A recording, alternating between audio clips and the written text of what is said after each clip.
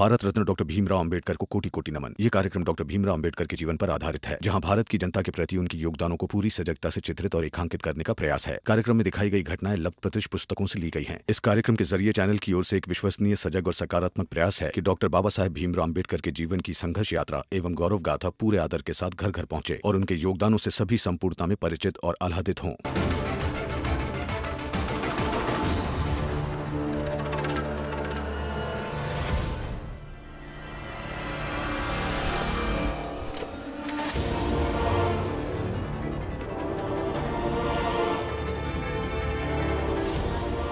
इधर है साहब।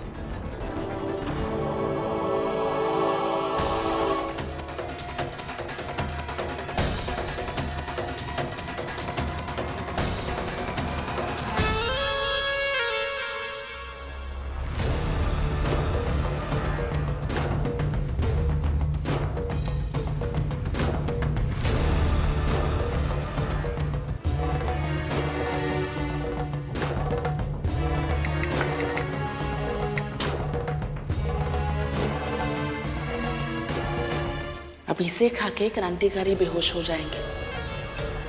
जब तुम्हारे बाबा यही खाकर बेहोश हुए हैं तो क्रांतिकारी भी ये खाकर बेहोश हो ही जाएंगे और पुलिस उन्हें सुबह पकड़कर निकालेगी।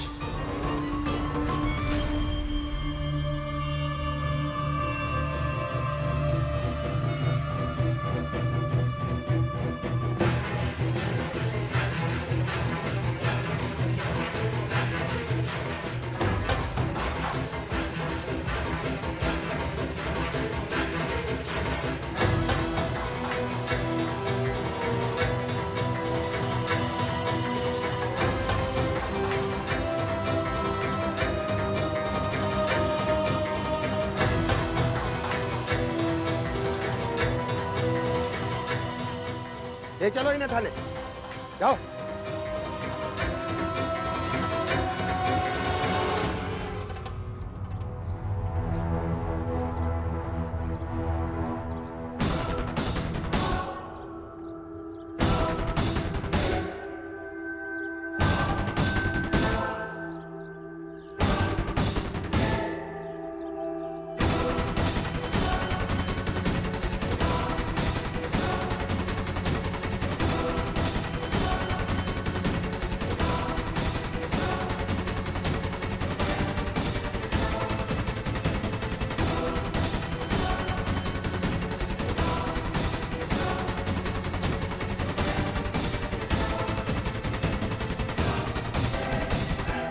ये किसकी जगह है जहां से क्रांतिकारी निकले हैं?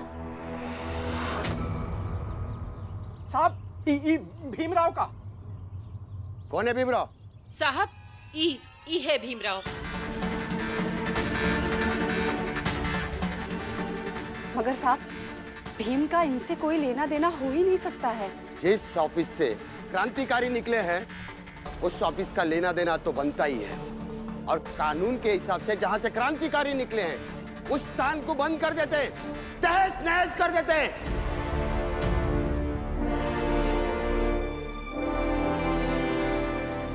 चलिए आज से इस ऑफिस को बंद कर देते हैं। जहां से अखबार छप रहे थे आप नहीं छपेंगे।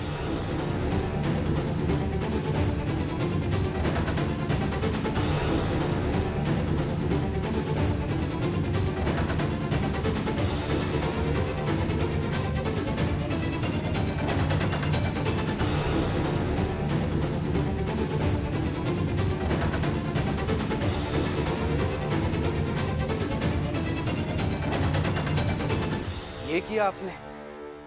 हाँ?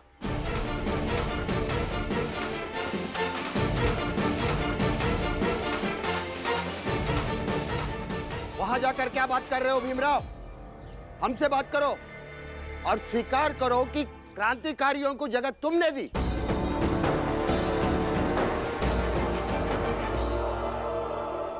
ऐसे कोई भी बात नहीं है सर। देखिए, हम बैठकर बात करते हैं। सीधे सीधे जवाब दो।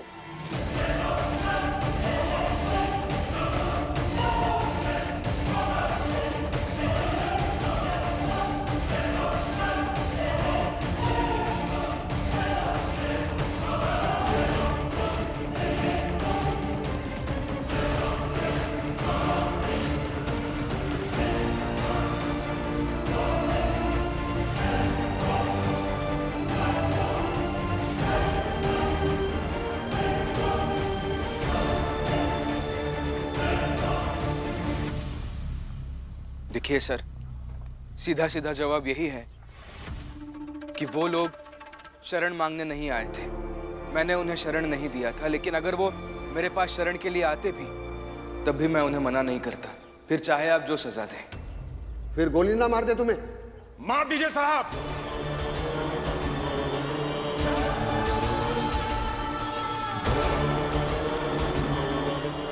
सोचिए मत साहब, मार दीजिए सब गोली।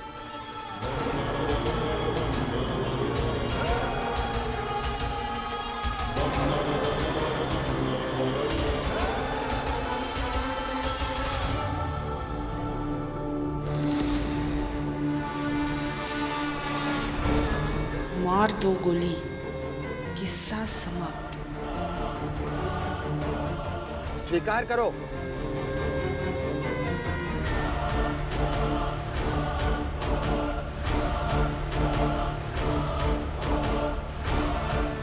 अरे कप्तान साहब, ये कभी स्वीकार नहीं करेगा। बहुत ही ढीठ आदमी है ये, और हर बार कुछ ना कुछ झोल करके बच जाता है। 5 गिनती गिनता हूं, फिर गोली मार दूंगा।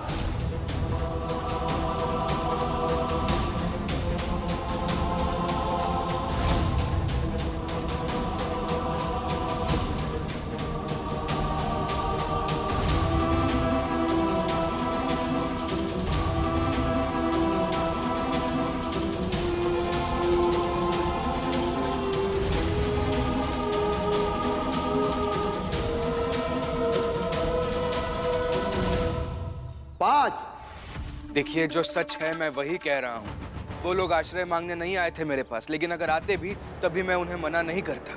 गोल गोल बातें नहीं, सीधा स्वीकार करो। 4।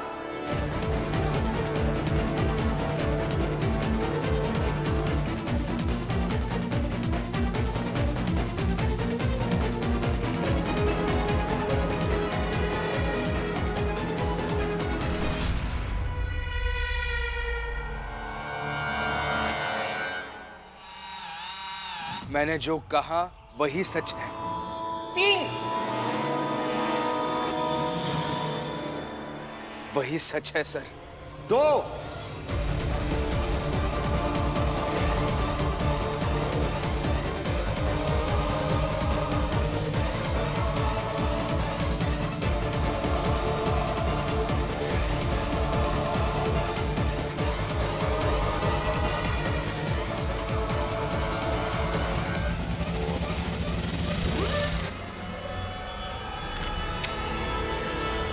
एक।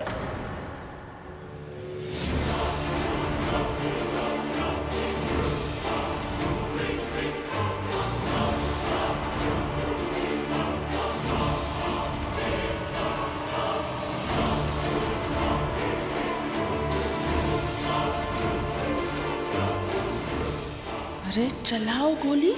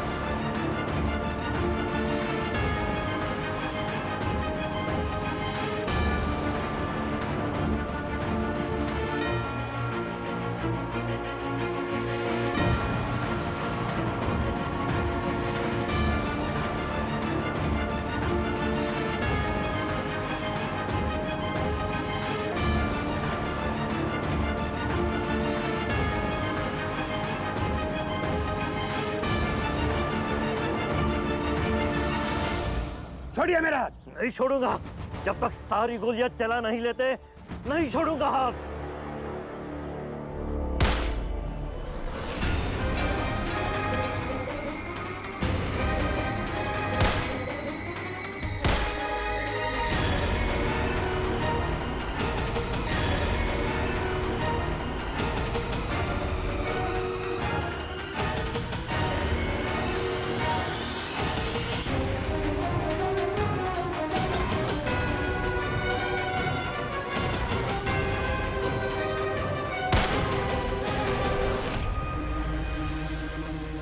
इस अखबार का मालिक मैं हूं।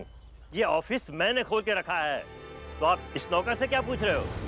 और ये क्या जवाब देगा? जो पूछना है मुझसे पूछिए, मैं जवाब दूंगा।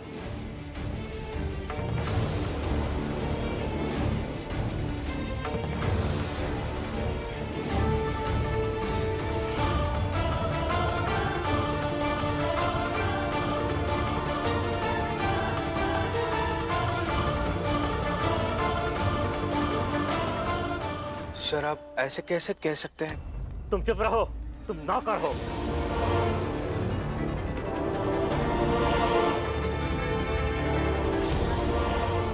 नहीं सेठ जी,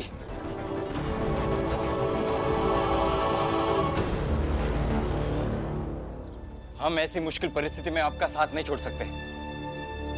ये चाहे जो करे, हम सब साथ हैं। ये सब मेरे नौकर है, जो पूछना है मुझसे पूछिए।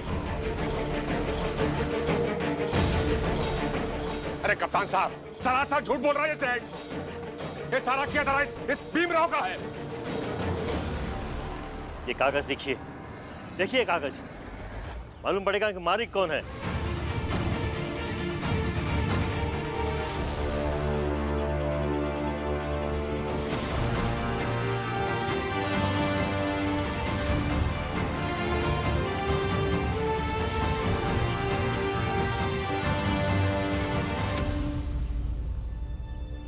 अच्छा सुनो, अखबार के मालिकाना हक के लिए मैं तुम दोनों के नाम दे रहा हूं।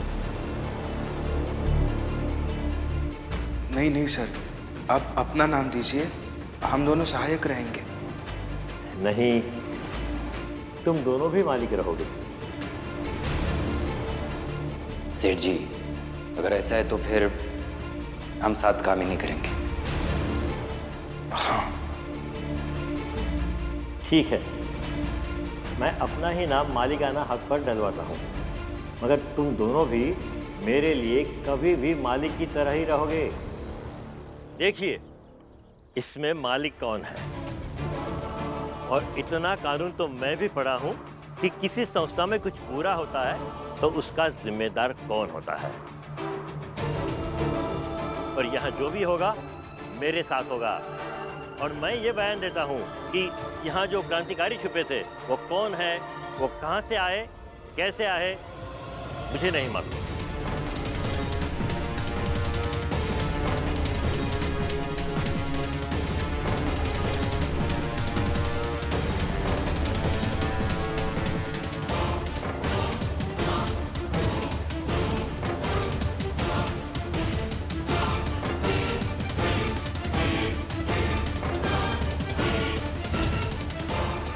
मगर सर आप। तुम चलो चलो सर लेकिन चलो। कहाँ जा रहे हो तुम दोनों? भाग नहीं रहे। अरे कप्तान साहब, इनमें से किसी की बातों में मत आइए। ये अपराध ना इस भीमराव ने किया होगा। अरे इतना बड़ा अपराध सिर्फ और सिर्फ ये भीमराव ही कर सकता है, और कोई नहीं।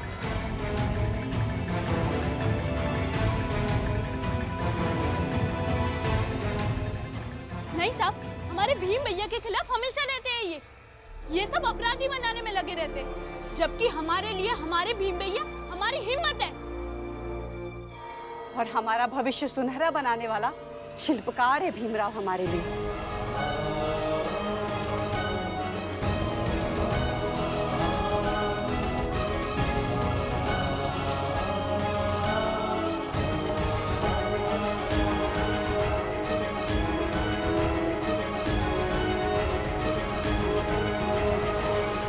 अच्छा हुआ उस दिन अखबार के मालिक के नाम पर तुम्हारा नाम नहीं लिखवाया।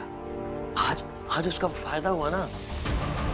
भीम समझो, यहाँ सब लोग तुम्हें फंसाना चाहते हैं, मगर तुम फंस नहीं सकते भीम, क्योंकि तुम्हारा स्वतंत्र रहना आवश्यक है, क्योंकि तुम कईयों की स्वतंत्रता की लड़ाई लड़ते हो। हिम्मत हो कईयों की तुम, और हिम्मत कैद नहीं हो सकती, व्यक्ति हो सकता है। मैं एक व्यक्ति हूं और तुम एक हिम्मत हो। सर देखिए, मैं समझ रहा हूँ आपकी बात। मैं चाहे जो हूँ, चाहे जैसा हूँ, लेकिन आपको जेल कैसे जाने दे सकता हूँ? भीमराव, मैं वकील से बात कर लूंगा, मेरी जमानत हो जाएगी, लेकिन तुम फंसे तो तुम्हारे साथ कुछ भी कर सकते हैं। और अगर तुम बाहर रहोगे तो मुझे विश्वास है कि तुम संभाल लोगे, मुझे कुछ भी नहीं होने दोगे। और अगर तुम चले जाओगे तो मुझ में ना हिम्मत है तुम्हारे जितनी, और ना ही मैं कुछ कर पाऊंगा। जमानत 2 दिन में मिल जाएगी मुझे, और 2 दिन के लिए मुझे जाने दो। मगर सर, जाने दो।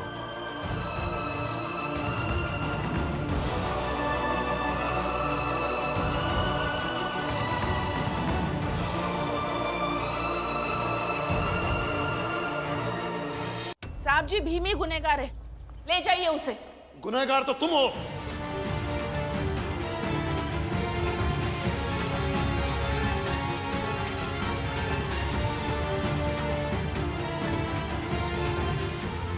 पुलिस कप्तान साहब, ये मेघनाथ और अधिकारी मिलकर कुछ कर रहे थे या कुछ करने वाले थे। ओ राम जी, ये क्या नाप शनाप बोल रहे हो? कुछ भी। कप्तान साहब, जब इसका बेटा संकट में आता है ना, तो ये एकदम पगला जाता है। देखिए कैसे उल्टी सीधी बातें कर रहा है। अब आप ही सोचिए, मैं और अधिकारी साहब ये छोटी बिरादरी की महिला वो उस जीजा भाई के साथ मिलकर क्या षड्यंत्र करेंगे? हा? इतने खराब दिन आ गए हमारे। कप्तान साहब, आप इस भीमराव को थाने ले जाइए। तुम चुप रहो।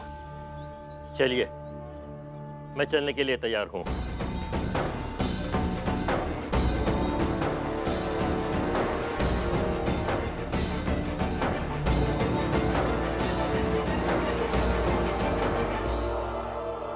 और कानून के हिसाब से भीम और शिशुपाल की कोई गलती है ही नहीं। ये ऑफिस मेरा है और मैं जिम्मेदारी लेने को तैयार हूं।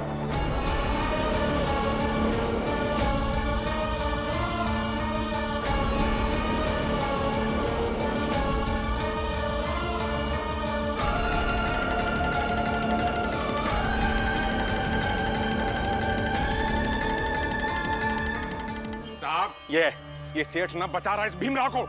आप इस भीमराव को लेके जाइए। ऐसे कैसे ले जाएंगे भीम बाबू को? ले जाएंगे तो इनकी भी नौकरी जाएगी। कोर्ट में मैं देख लूंगी। हाँ, तो डरते नहीं है किसी से। जो ऑफिस के मालिक, जिसके नाम पर ये पेपर है, वो पूरे जिम्मेदारी उठाने के लिए तैयार है। ये नहीं कह रहा है कि वो भी जिम्मेदार है। और हम भीमराव को कैसे ले जा सकते हैं?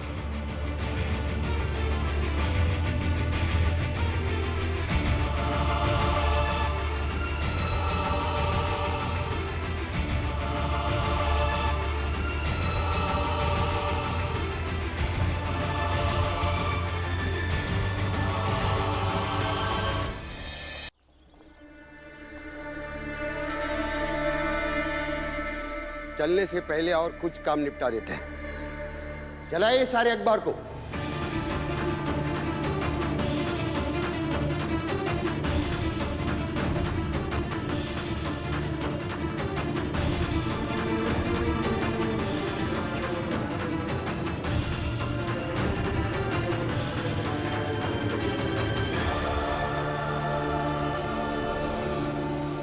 यहां अखबार का ऑफिस खोलकर शासन विरोधी काम कर रहे हो।